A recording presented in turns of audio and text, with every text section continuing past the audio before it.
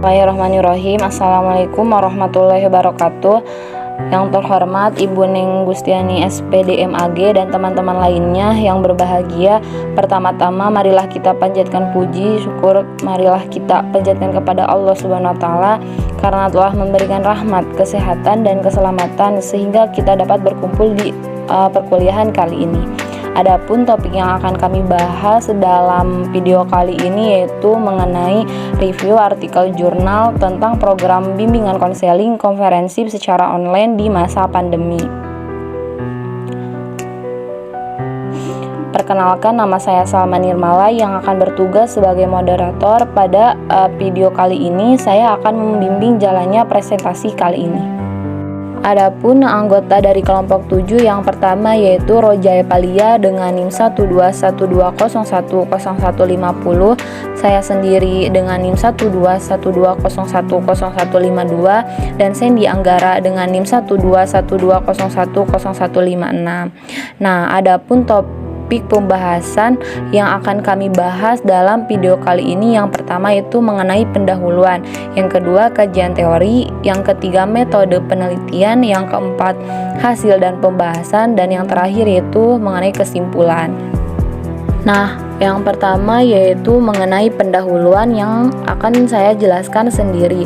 Salah satu kebijakan pemerintahan dalam upaya pencegahan penularan COVID-19 yaitu memberlakukan sistem pembelajaran secara daring atau online.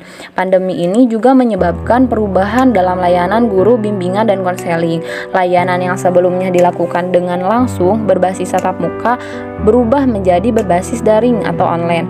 Hal ini menjadi suatu tantangan bagi guru bimbingan dan konseling dalam memberikan layanan kepada siswa dan konseling.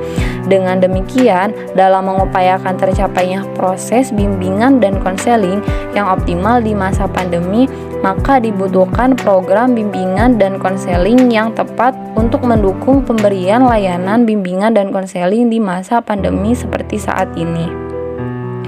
Oleh karena itu, penulisan artikel jurnal ini bertujuan untuk mereview beberapa jurnal yang terkait dengan program bimbingan dan konseling komprehensif secara online di masa pandemi dalam rangka mengetahui program bimbingan dan konseling seperti apa yang tepat untuk diterapkan secara online di masa pandemi.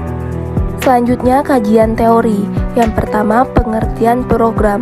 Program atau program kerja adalah suatu rangkaian kegiatan yang disusun dan akan dilaksanakan dalam satuan waktu tertentu, sehingga ada program tahunan, program semesteran, program caturulan, program bulanan, program mingguan, dan program harian. Dalam hubungannya dengan bimbingan dan konseling, program meliputi kegiatan menemukan substansi material layanan untuk memenuhi kebutuhan khalayak sasaran, menetapkan strategi penyampaian, menetapkan koordinator dan personel pelaksana, mengidentifikasi dukungan sistem atau sumber, dan menetapkan kalender kegiatan. Yang kedua, pengertian bimbingan konseling komprehensif. Menurut Sunario, bimbingan dan konseling komprehensif adalah model yang memposisikan konselor atau guru BK untuk menaruh perhatian secara penuh kepada seluruh siswa, bekerja sama dengan orang tua, guru, kepala sekolah, dan stakeholder sekolah lainnya. Yang ketiga, pengertian online. Online dimaknai dalam jaringan atau daring. Jika dikaitkan dengan kegiatan konseling, maka konseling online adalah sebuah bantuan yang diberikan oleh konselor kepada konseli tanpa adanya pertemuan secara langsung atau tatap muka dan dilakukan dengan memanfaatkan teknologi informasi seperti internet. Yang keempat, pengertian pandemi COVID-19. Pandemi COVID-19 adalah wabah yang menyerang secara luas dan serentak di berbagai daerah disebabkan oleh jenis coronavirus. Dengan adanya pandemi COVID-19, Indonesia mengalami perubahan yang signifikan dalam berbagai tatanan kehidupan, termasuk dalam bidang pendidikan. Salah satu kebijakan pemerintah dalam upaya pencegahan penularan COVID-19 yaitu memberlakukan sistem pembelajaran secara daring atau online. Selanjutnya, metode penelitian.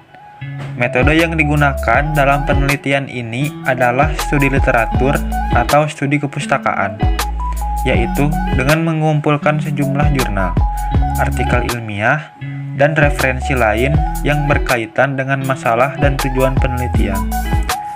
Penelitian ini merupakan penelitian jenis deskriptif, yaitu dengan menjelaskan dan menganalisa dari beberapa review jurnal yang ada. Setelah itu, berbagai referensi dikaitkan dengan penelitian yang dilakukan. Selanjutnya, penjelasan hasil review jurnal.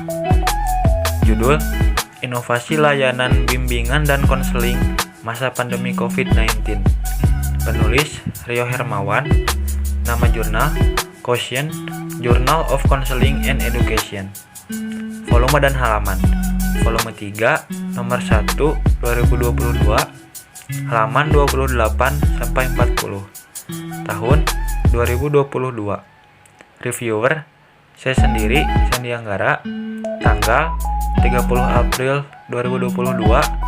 Tujuan penelitian: membahas inovasi layanan bimbingan dan konseling pada siswa di masa pandemi COVID-19. Hasil penelitian jurnal. Pada masa pandemi COVID-19, pemberian layanan bimbingan dan konseling di sekolah secara daring perlu berinovasi dan belajar hal-hal baru. Pada masa ini, muncul masalah dan tantangan baru yang lebih berat baik bagi peserta didik maupun guru bimbingan dan konseling yang memerlukan sebuah inovasi dan media yang terstandar dan disesuaikan dengan kebutuhan peserta didik hingga ketersediaan teknologi yang dapat menunjangnya. Inovasi layanan bimbingan dan konseling daring yang efektif yang dapat dilakukan pada masa dan pasca pandemi COVID-19 antara lain: yang pertama, sinema konseling mode daring. Sinema konseling merupakan bentuk konseling kreatif yang mana seorang konselor mampu menampilkan film pendek atau video sebagai metode konseling. Yang kedua, keefektifan peran konselor sebaya.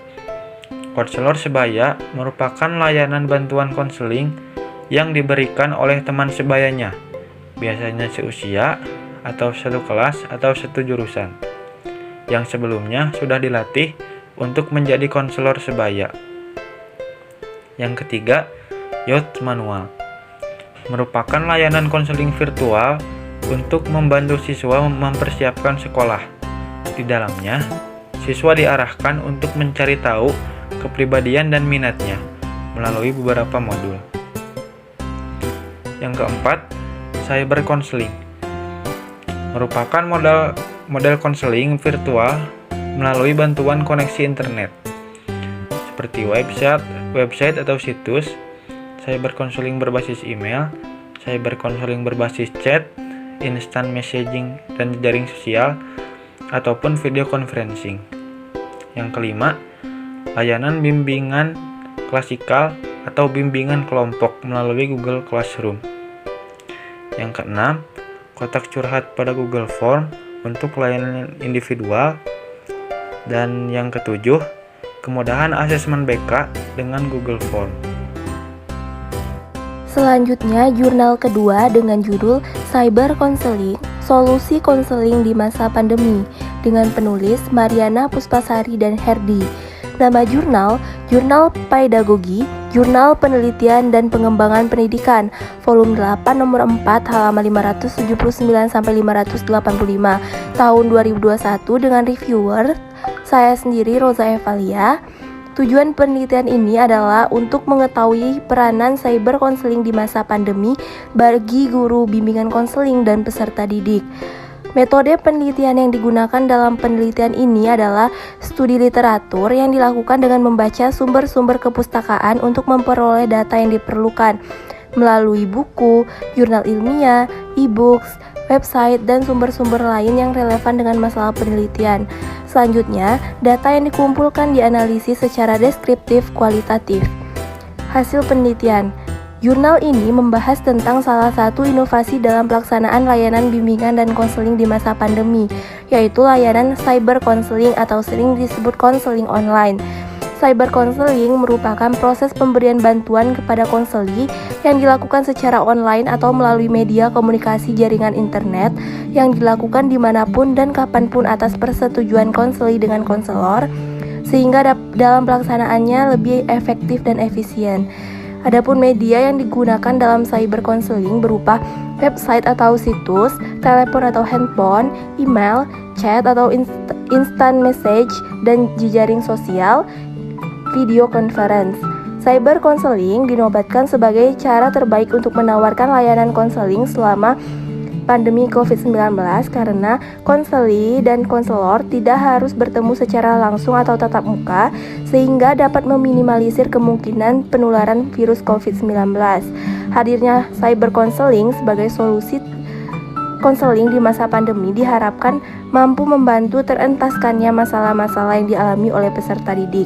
Adapun kelebihan dari cyber counseling ini, yang pertama, konseli dan konselor tidak harus bertemu satu sama lain dalam ruang fisik sehingga meminimalisir penyebaran COVID-19 dan kesehatan fisik keduanya tetap terjaga.